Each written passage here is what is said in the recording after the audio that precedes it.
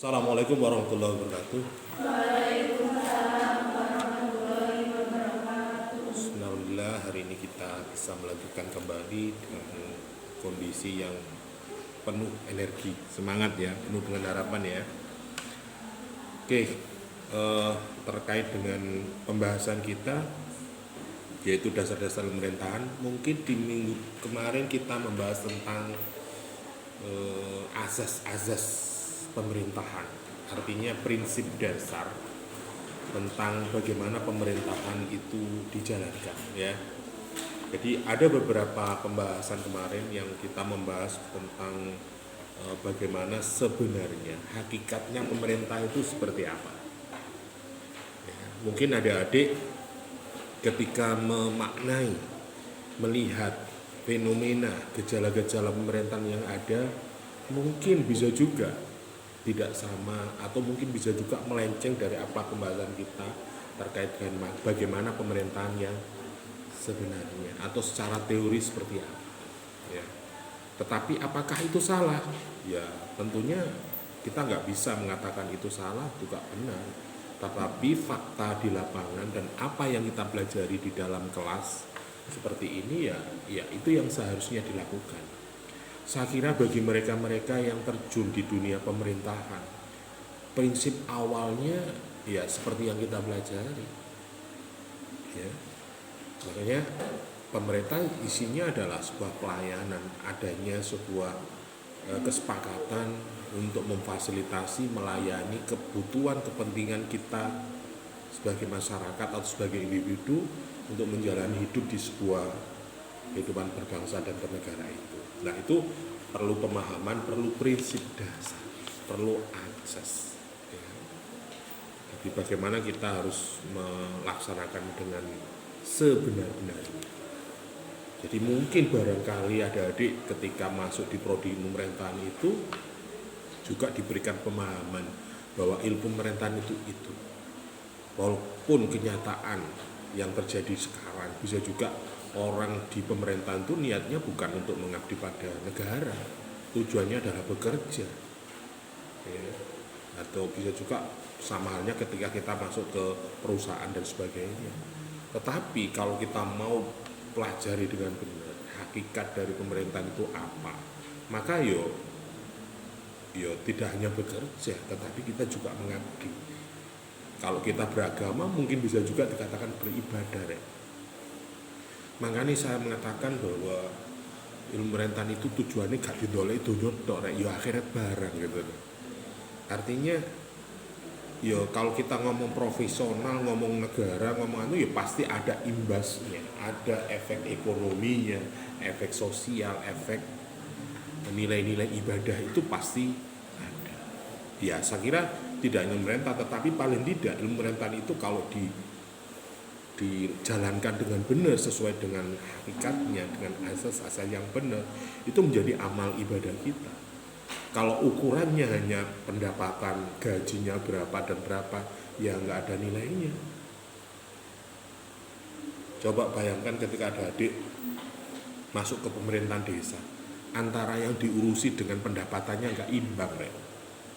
Yo antaranya dirasani wong tonggo-tonggo nih, dilolono tonggo-tonggo nih, itu baru level desa. Iku wis panas kuping, sumpek, sulek, itu wis bisa dirasakan. Tetapi ketika ada suatu keberhasilan, nilai kebanggaan, kebahagiaan itu saya kira tak ternilai. Ya, ketika kita benar-benar menjalankan tugas dan fungsi di dalam sebuah pemerintahan. Apalagi asas-asas itu benar-benar kita jalankan dengan benar, dengan niat yang tulus. Tetapi kalau kita ngomong negara, ya pasti ono anggaran, ono efek ekonomi ini pasti. Mungkin karena kita pun banyak jaringan, banyak kenalan. Kemudian anggaran pasti ada. Sehingga setiap kegiatan pun pasti ada salah satu efek ekonomi yang barangkali kita juga dapat imbasnya di sini. Makanya kalau kita ngurusi umat, maka kita juga diurusi umat, atau bisa juga kita diurusi Tuhan. Nah, makanya ketika kita berjuang untuk orang banyak, untuk kemaslahatan, urusan kita diurusi oleh orang lain. Ya, ini teorinya, tetapi saya bisa merasakan karena saya dulu juga pernah menjadi hal seperti itu. Jadi saat semester 5 itu sudah menjadi BPD, menjadi wakil rakyat. Bayangno bayarane piro ngara. Tugasnya meh koyok DPR ya, koyok artis bisa. Semua ucapan kita, semua tindakan kita dipantau oleh orang. Informasi yang kita sampaikan itu menjadi alat bagi masyarakat untuk kehidupan, apalagi dalam kehidupan bermasyarakat. Nah, ketika ada sesuatu yang baik ya kita sangat bahagia, dan yang mungkin menurut saya tidak bisa diukur dengan nilai secara finansial, tetapi itu menjadikan suatu amal yang barangkali sebagai catatan bagi kehidupan kita yang nantinya bisa dibuat bekal sanggup untuk di akhirat. Itu nek ngomong skala kecil, nek skala besar bisa juga. Berbicara tentang pemerintah misalnya, seperti mengutip dari pernyataan Ahok gitu ya, yang mungkin bisa dikatakan orang yang sangat kontroversial ya, sangat tegas dan sebagainya. Di sisi lain dia juga seorang pengusaha sukses. Nah, kenapa ketika ngomong kesejahteraan keluarga saja, dinastinya, keluarganya, saya kira udah cukup lah kalau untuk pemenuhan kebutuhan keluarganya. Tetapi kenapa dia harus masuk ke pemerintahan? Beliau mengatakan bahwa ketika saya masuk atau berjuang memberikan berbagi kebahagiaan atau kesejahteraan yang saya dapat, kalau saya perusahaan mungkin sebatas karyawan saya. Kalau perusahaan saya karyawannya 1000, ya hanya 1000 orang itu yang bisa menikmati usaha atau yang saya dirikan. Tetapi kalau ngomong pemerintah, kalau skupnya tingkat kabupaten, bupati atau gubernur, kalau itu bisa memberikan keputusan, kebijaksanaan kepada masyarakat, berapa ribu orang yang bisa menikmati kebahagiaan atau program kebijakan yang kita buat. Nilai ibadahnya berapa? Loh, itu loh yang dipikirkan. Bayangkan, coro sahabat ke kemarin itu katakanlah menjadi korup komisaris utama Pertamina, bayarannya 150 juta per bulan. Ini gurung pembagian fee pendapatan 0 berapa persen. Tapi ini ngomong Pertamina ya, berarti ini gak 1 juta, triliun rek. Dan 0,5% aja, pira miliar itu. Bayang no. Nah, itu mungkin salah satu contoh kenapa orang itu masuk ke. Tapi bisa juga motivasi yang lain. Bagi mereka-mereka yang kapitalis, ya mereka masuk pemerintahan itu untuk kepentingan pribadi. Jadi ada yang untuk mengamankan institusinya, lembaga pendidikannya, perusahaannya. Misalnya, wah nggak perusahaan akeh iki nek gak di backup sampai kekuasaan. Wah, so kalang kabut iki. Ya. Karena ada sebuah moto, segunung emas dengan segenggam kekuasaan. Loh, elendi. Sampeyan duwe gunung emas, duwe akeh, tapi gak di kekuasaan, piye? Ya gak ada artinya. Tapi ketika kita nggak punya uang banyak, tapi kita punya kekuasaan, misalnya pemerintah, ya menangan. Misalnya kayak bupati, duit negara piro sih duit bupati? Nah duit anggaran BPD berapa? Katakan sampai 3 triliun. Oh, baik. Iku level bupati.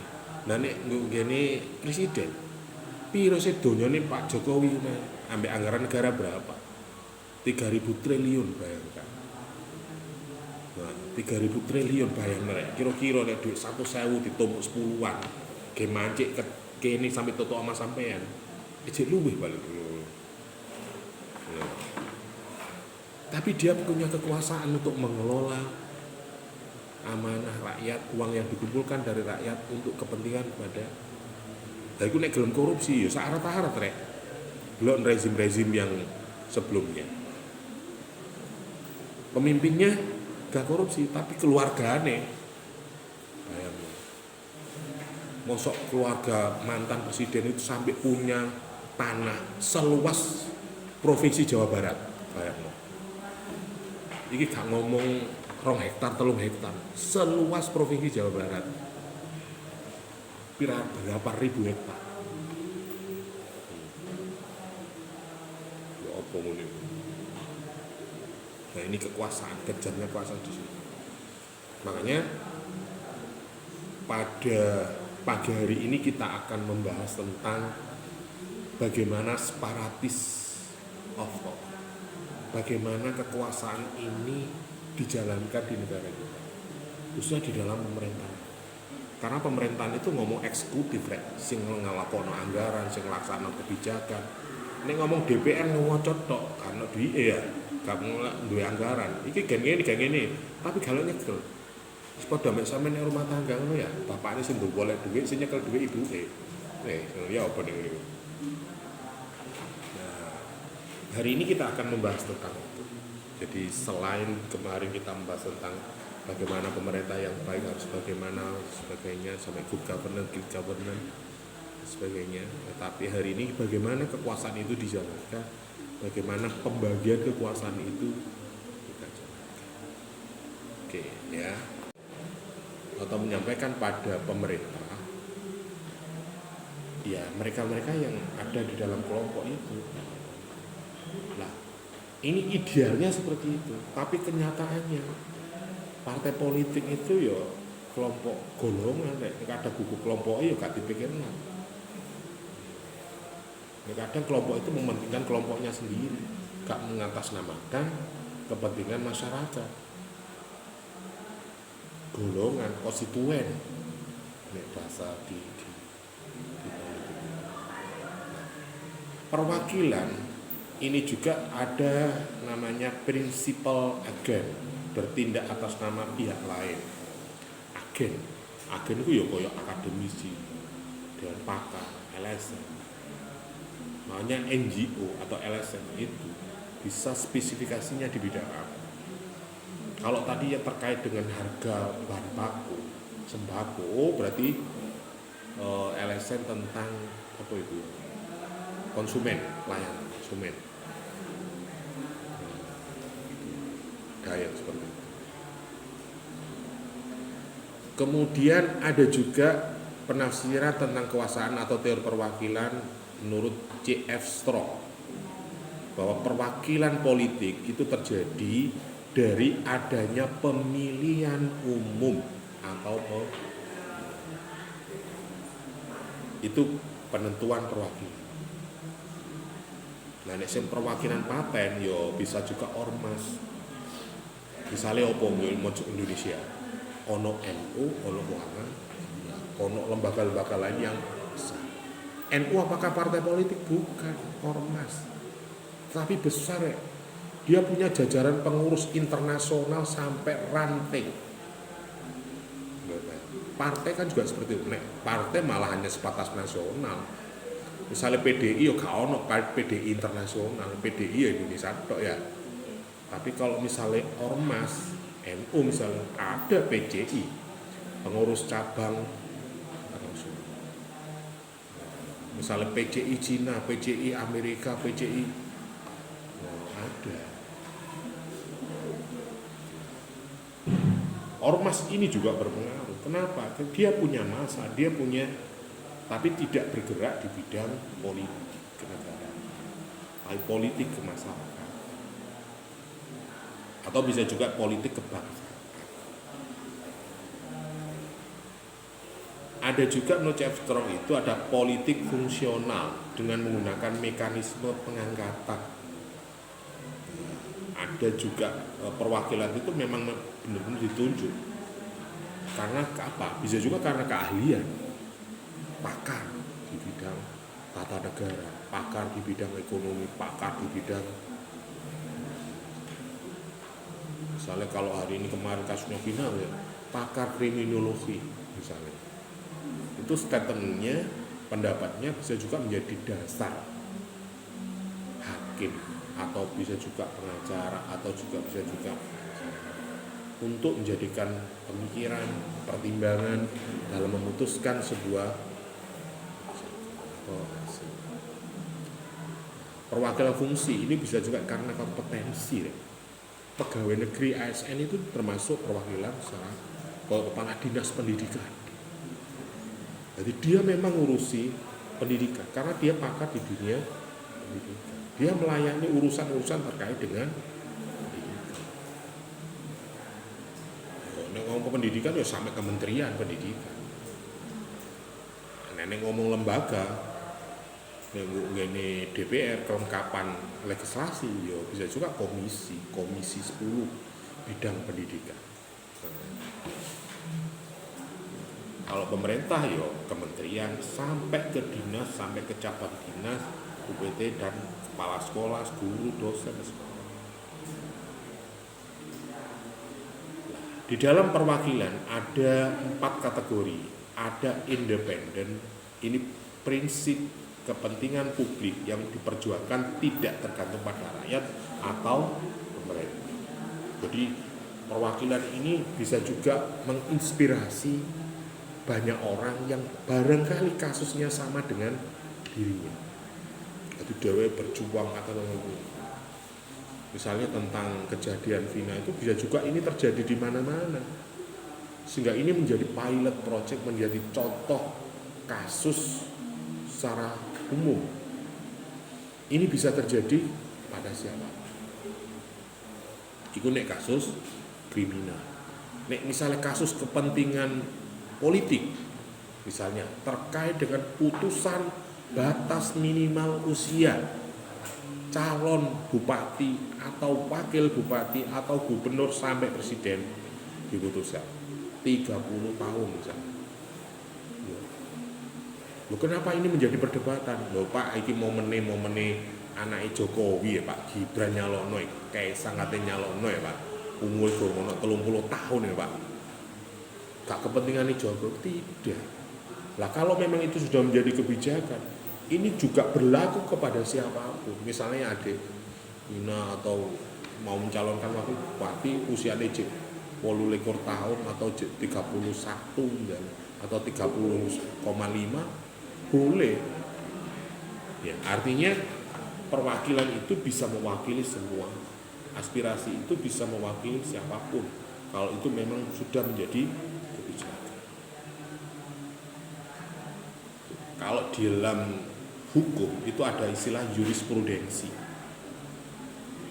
Jadi ada kasus yang sama kemudian diputuskan oleh hakim sehingga itu menjadi rujukan. Oh, nek oke ini kok berarti bisa. Itu jurisprudensi ini ngomong. Nek kampus misalnya, alah aku ingin lo oleh dispensasi. Lah apa? Tapi arep bayar UKT. Bu omah ibu kesusahan ini mari kelangan kemalingan, akhirnya saya melapor ke Bukaprodi direkomendasi Bu Dekan, akhirnya disetujui oleh rektor, akhirnya saya dapat dispensasi. Akhirnya koncomu niru sakjane awak dhewe nek kasus sing padha ngono iso lho ngajakno dispensasi yo. Nah itu jurisprudensi rek jenenge.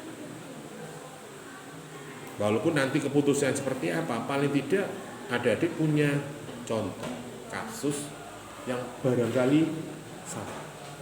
Sehingga itu bisa secara kebijakan bisa diperlakukan yang sama. Itu perwakilan. Itu nih ngomong cilik-cilikan, ngomong negara macam-macam. Kemudian ada partai.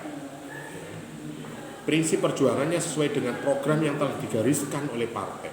Nah, partai itu berarti kelompok-kelompok yang berafiliasi atau punya semangat yang sama, punya ideologi yang sama berkumpul. Jadi misalnya kaya arek 10 ini belum tentu sama rek chemistry-nya.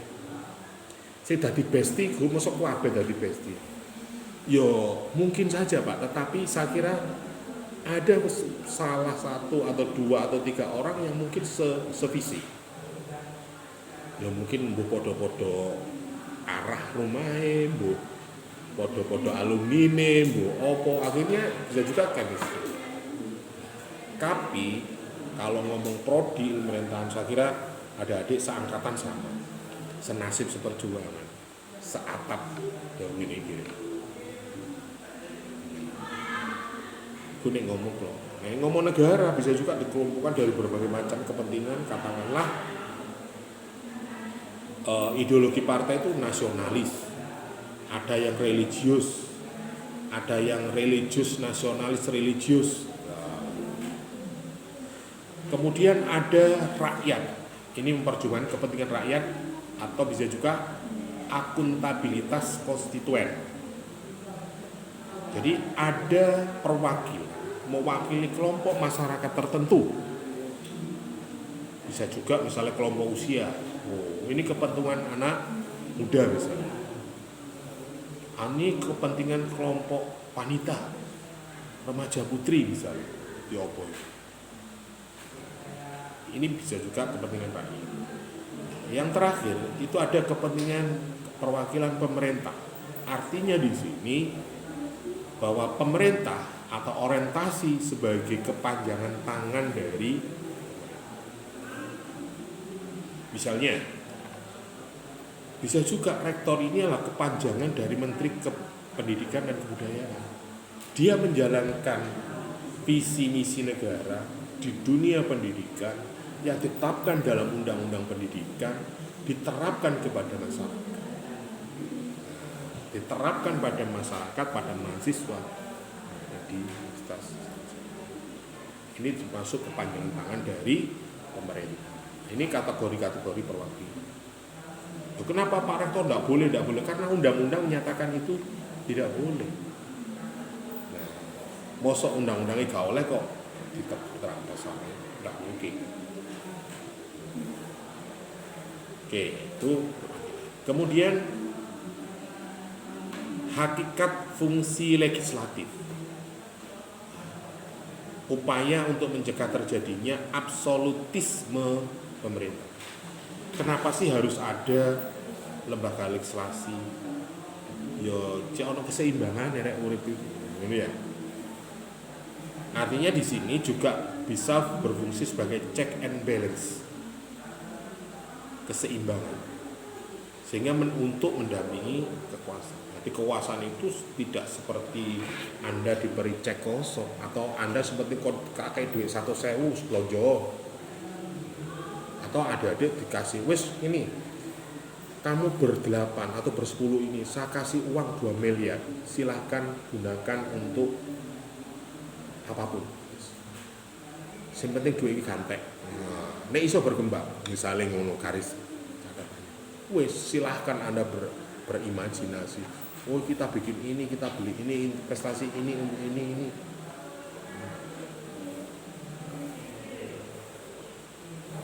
Kemudian fungsi legislasi bisa juga sebagai kontrol, tertib, teratur, sustainable, berkesinambungan.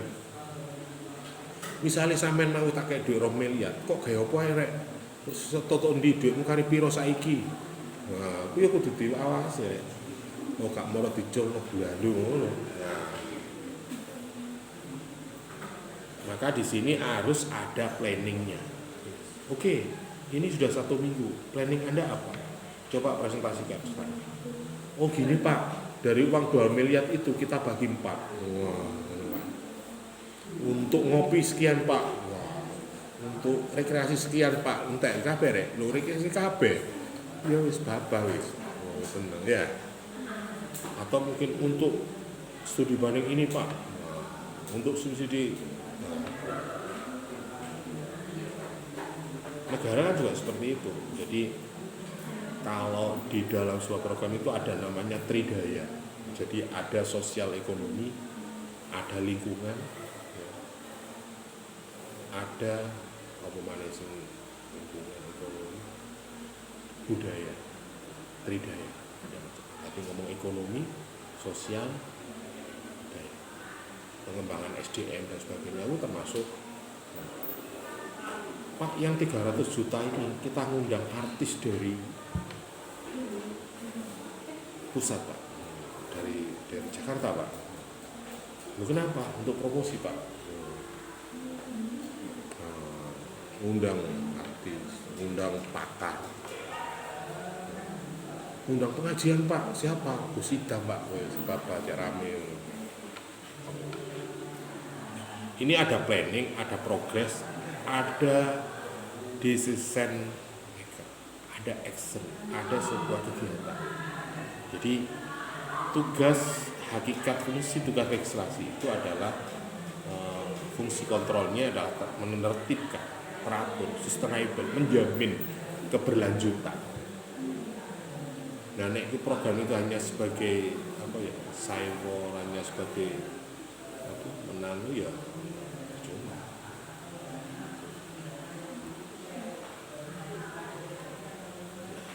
Kalau kita lihat fungsi badannya atau fungsi badan legislasi itu sebagai inisiatif, sebagai hak budgeting, seperti tadi ya kan.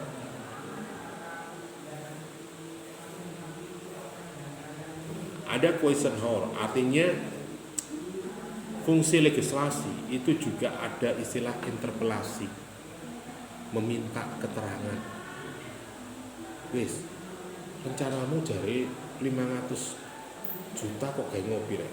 Maksudnya apa 500 juta ngopi? Wah, masa begini Pak. Jadi ada program ngopi ini tidak hanya ngopi minum kopi Pak, tapi ngomong inspirasi. Wah, dengan konsep ngopi. Nah, jadi tidak ada pertemuan firman tapi informal, tetapi menghasilkan sesuatu ide-ide yang bisa di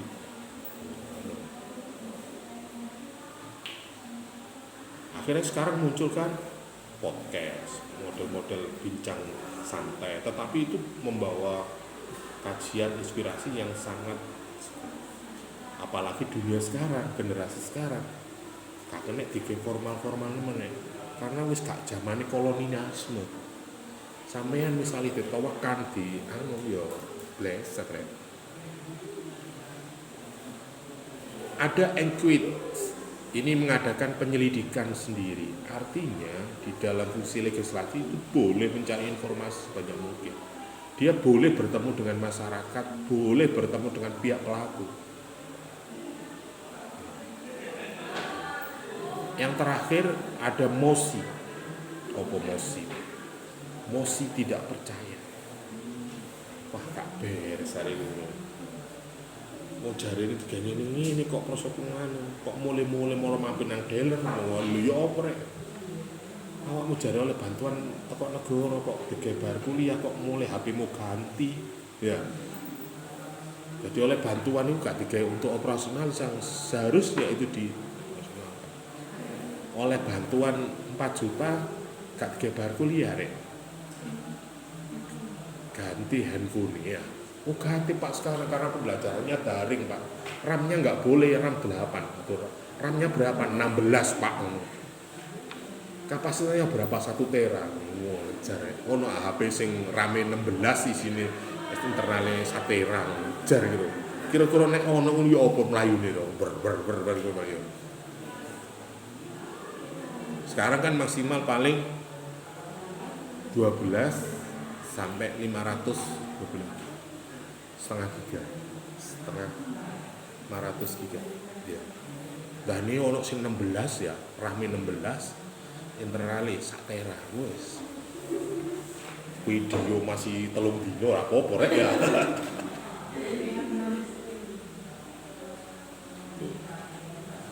Jadi itu ya. Oke. Jadi materi hari ini kita bahas tentang itu. Kalau dilihat dari tema kita power sharing atau partisipan point atau power, arti bagaimana kekuasaan itu didelegasikan. Nek ngomong pemerintah ada teknik pemerintahan. Bagaimana kekuasaan itu dijalankan atau koordinasinya. Apakah kekuasaan itu hanya ada di pemerintah pusat atau di pemerintah daerah? Atau bisa juga di kementerian. Ini harus. Tapi secara umum kalau kita ngomong negara, maka kita ingat kalau adik-adik pernah mempelajari pengantar ilmu politik itu ada istilah trias politika. Jadi trias politika itu ada legislatif, eksekutif, ada yudikatif. Nek bahasa manajemen ada yang merencanakan, ada yang melaksanakan, ada yang mengevaluasi. Nek bahasane bakul bakso, ya mestine kudu ana sing mikir, sing rancang, ana sing masak, ana sing dodol, ana sing pun. Nah, tapi ini konsep negara. Jadi negara itu harus ada yang merencanakan. Nah, konsep merencanakan bisa juga membuat sebuah kebijakan, bisa juga membuat sebuah peraturan. Eksekutif atau pemerintah ini bisa juga yang membuat aturan, merancang aturan, juga melaksanakan, juga mengevaluasi. Tetapi secara kelembagaan, kekuasaan, pemerintah itu adalah pelaksana. Ini yang kita harus pahami. 3 jenis kekuasaan ini bisa kekuasaan itu mengatur, bersifat menentukan peraturan. Dari pemerintah itu tugasnya mengatur tok rek asline. Gak iso melaksanakan dewe ayahe dewe ya ora iso. Ya kebijakan, ada menunjukkan pasti. Ada yang kekuasaan itu bersifat melaksanakan peraturan. Ini kalau di dalam respolitika kalau kita terjemahkan. Ada kekuasaan yang bersifat mengawasi pelaksanaan. Ini penerjemahan dari pemahaman kita terkait dengan respolitika. Jadi yang pertama itu bisa dikatakan yang bersifat mengatur. Yo para legislator itu, anggota legislatif, DPD kalau di lembaga negara kita itu seperti itu. Nah, pemerintah itu bisa juga ada pemerintah pusat, pemerintah daerah, pemerintah desa. Itu ideal. Tetapi kalau nanti mungkin ada adik entah di semester ini atau semester berikutnya ada mata kuliah namanya pemerintah pusat atau pemerintah nasional. Ada pemerintah daerah, ada pemerintah desa. Nah, di Indonesia ini punya karakter masing-masing. Karena kita secara geografi, suku, budaya, ras ini berbeda dengan negara yang lain. Makanya ketika ngomong pemerintah itu sangat dinamis kalau di Indonesia. Yo gak iso kaku nemen, yo gak iso kedu nemen rek. Ngomong aku budayanya berbeda-beda. Orang Sunda bagaimana, orang Jawa bagaimana, orang Madura bagaimana, orang Batak bagaimana. Nah itu misalnya dikenceng di Podoroto, isku Jawa Timur, Madura ngono wis luwih. Ya. Mojokerto misalnya ono Dawar, ono Puri, wah wis luwih. Makanya harus ada. Nah, 3 kekuasaan itu harus didistribusikan. Artinya kekuasaan itu harus dipisahkan. Dan itu kabeh dilakoni ya kerajaan jenenge. Nek kerajaan itu kan raja itu ngalang-ngali dewa ya sang bisa macam-macam. Kalau kerajaan itu kan berarti koyo-koyo milik oligarki, milik seorang keluarga atau pendiri dari kerajaan itu. Nah kita kan negara. Nah apalagi negara kita itu berdiri itu dari berbagai macam kerajaan besar. Atau kalau ada yang mempelajari pemerintahan di dalam buku saya itu adalah genealogi pemerintahan. Jadi materi atau kumpulan daripada terbentuk negara itu dari berbagai macam kerajaan. Ada kerajaan Majapahit, ada Demak, ada Sriwijaya. Ini sing gede-gede ya. Lah sing cili-cili, Pajang, sing opo, banyak sekali. Atau Solo sebagainya banyak.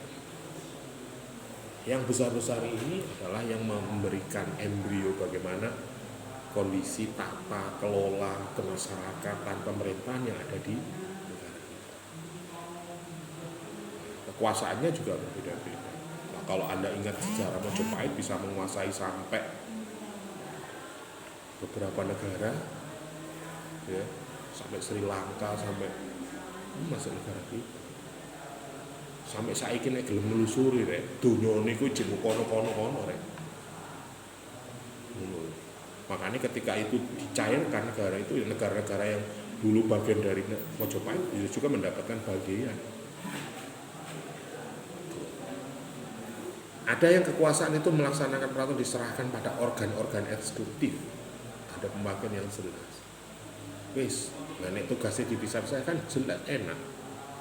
Mosok dipikir dewe, di anu dewe, diwasi dewe. Iku mang kalau saya mengatakan ya koyo bakul bakso rek nek ngono rek. Wah aku dodol bakso rek, biar rombonge kok enggak manggon apa keliling kan. Wis manggon ae diracang dhewe, dibandani dhewe, dimasak dhewe, didol dhewe, dicipi dhewe ya apa niku. Nah, ya tidak bisa seperti itu. Nah, kalau ngomong negara harus dibagi, yo gak ngatasi rek. Itu ya. Ada yang mengawasi pelaksanaan peraturan yang namanya yudikatif. Jadi kudu ono sing ngawasi. Mosok ngawasi ku melo sing duwe. Sing duwe sing ngawasi yo ora. Kudu harus ada pemikiran tindakan yang objektif. Nah, ono like and dislike. Wah, iki kelompokku iki anuku ya fine-fine saja gitu. Jadi ada persoalan yang dimakfu, ada persoalan yang barangkali wah iki sakjane prinsip. Tetapi karena ini sot bolone, lho ya salah. Nah, ada 3 perbedaan penafsiran teori ya, tentang kekuasaan. Di Amerika Serikat, pemisahan kekuasaan itu yang tegas, pemisahan organ-organnya, sistem perintahnya presidensial. Musuhan rek. Artinya apa? Karena 2 partai. Nek kon kalah, oposisi jelas.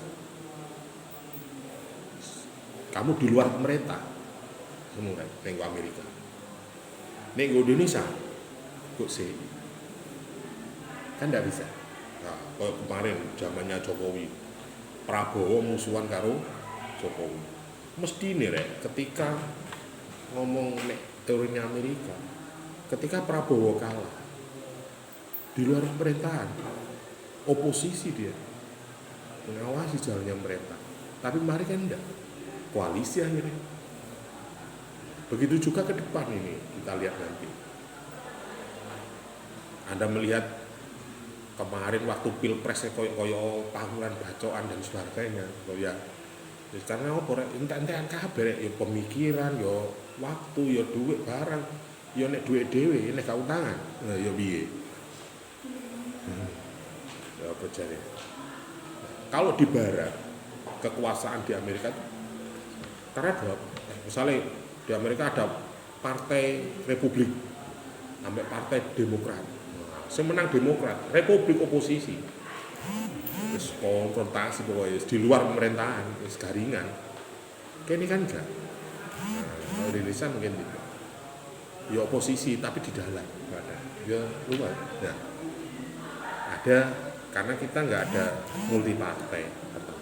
Yang kedua tidak ada pemenang partai koalisi yang dominan di atas 50% tidak ada.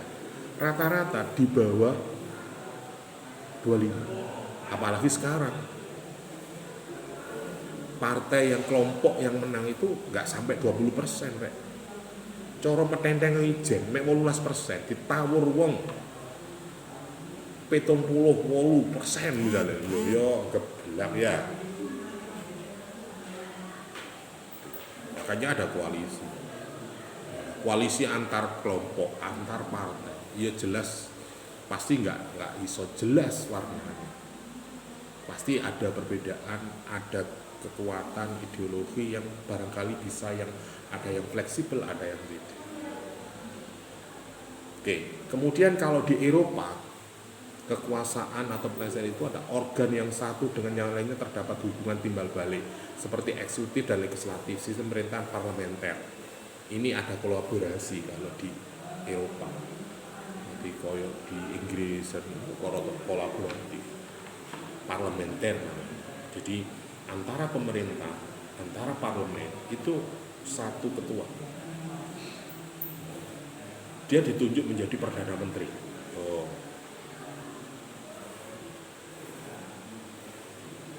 Ini kolaboratif kalau di Eropa Barat. Sedangkan kalau di Swiss ini badan eksekutif hanyalah badan pelaksana, dari apa yang digariskan oleh legislatif.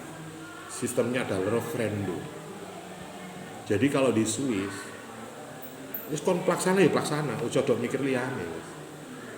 Ngono rek. Jadi dia hanya melaksanakan aturan apa jare perintah.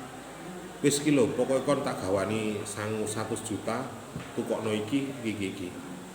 Wis gak iso nyang pokoke iki. Pak iki gak ono spek ngene, merek iki yo. Gak iso wis pokoke. Apa sesuai dengan perintah, apa yang sudah menjadi. Ketiga sistem penafsiran ini saya kira di Indonesia juga masuk gitu loh.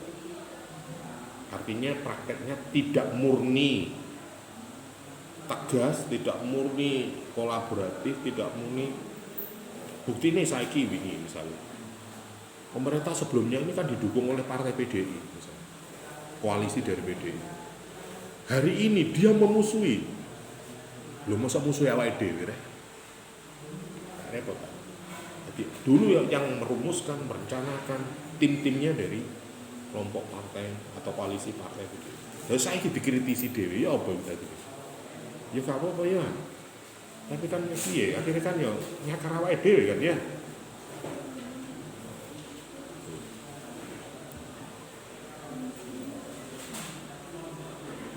Nah, kalau secara teoritis Gabriel Elman mengatakan rule making function. Ada aturan main di dalam fungsi. Ada aturan aplikasi fungsi. Ini maksudnya seperti itu. Yang dimaksud dengan rule making function atau yang menurut Gabriel tadi ya Almond, ini tokoh atau akar ilmu pemerintahan, governance. Artinya di sini yang pembuat aturan ini berwenang merumuskan. Jadi menurut Gabriel Almond itu ya iki maksudnya adalah legislatif. Dia berwenang merumuskan kemauan rakyat, kemauan secara publik atau interest publik dengan jalan menentukan kebijakan umum atau public policy yang mengikat seluruh masyarakat. Artinya dilihat dari peran fungsinya. Nah, badan ini berhak menyelenggarakan kedaulatan rakyat dengan jalan menentukan public policy, menuangkan dalam sebuah undang-undang. Iki versi ini Gabriel Elmond. Memang versi praktek di sebuah iki menurut pakar. Jadi dilihat dari fungsi. Iki nek ngomong kajian ilmu dasar pemerintahan itu masuk ke manajemen atau kalau dalam mata kuliah kita tata kelola sumber daya manusia atau biasanya bukan.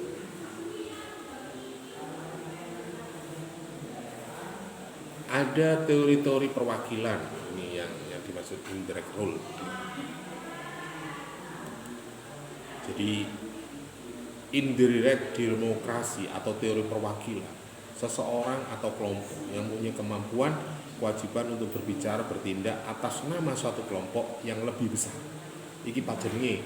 Makanya dalam konteks negara, kita secara individu nggak bisa untuk mempengaruhi membuat sebuah undang-undang. Tetapi ada namanya teori perwakilan yang diinstansikan dengan partai politik. Ini ngomong negara loh ya. Ada LSM, ada akademisi. Itu baru bisa mempengaruhi dalam proses pembuatan. Tetapi nih ngomong legalitas, ya partai politik yang ikut dalam pemilu, yang masuk di dalam parlemen, yang masuk dalam lembaga legislasi, itu yang bisa mempengaruhi atau bisa juga berbicara, mewakili. Perwakilan ini secara miniatur dari masyarakat keseluruhan, mewakili perasaan, pikiran, kondisi masyarakat. Misalnya hari ini masyarakat sambat kabeh, misalnya kenaikan BBM, ojo cacak kenaikan BBM, kenaikan berambang bawang merah nah wis mulek kan ya. Ngopo rek bawang regane 50.000 lho ya apa. Baru nek ngomong Lombok. Ya walaupun nek nyambel gak butuh akeh, tetapi nek regane sak kilo 100.000 ya apa ibu-ibu ya. Nah, ini perasaan ini. Nah, ini biasanya wakil yang bisa menyambat nang pemerintah adalah mereka-mereka yang memang duduk di nek sampean ngomong ayo gak direken rek.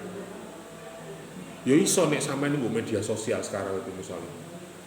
Banyak warga yang buat status ono sing Lombok imitasi, ono sing gawe desain Lombok. Akhirnya masyarakat menjadi wacana diskusi masuk ke telinga pemerintah. Akhirnya pernah gak presiden menyatakan wes sampean kok mikir Lombok larang, ya apa saiki nek gawe kebijakan gerakan menanam Lombok cabai. Setiap rumah diwajibkan nanam Lombok 3 pohon misalnya. Wah, ya apa rene ngono. Nah, iku nek misale nandur 3 wit, nek urip iku wis cukup rek jane. Ya. Nek ngomong hidup sederhana. Ono sing ngono iku. Kemarin koyo harga minyak goreng. Lho, wong minyak goreng lho. Wong kabeh nggih minyak goreng gara piro sih? Katakanlah keluarga sampean mosok 1 hari sampai 1 kilo. Paling sekilo lah dadi 3 dino atau 4 dino ya. Iku paling boros. Ngene nek regane iku 20.000 ya gremeng ya wong-wong ya.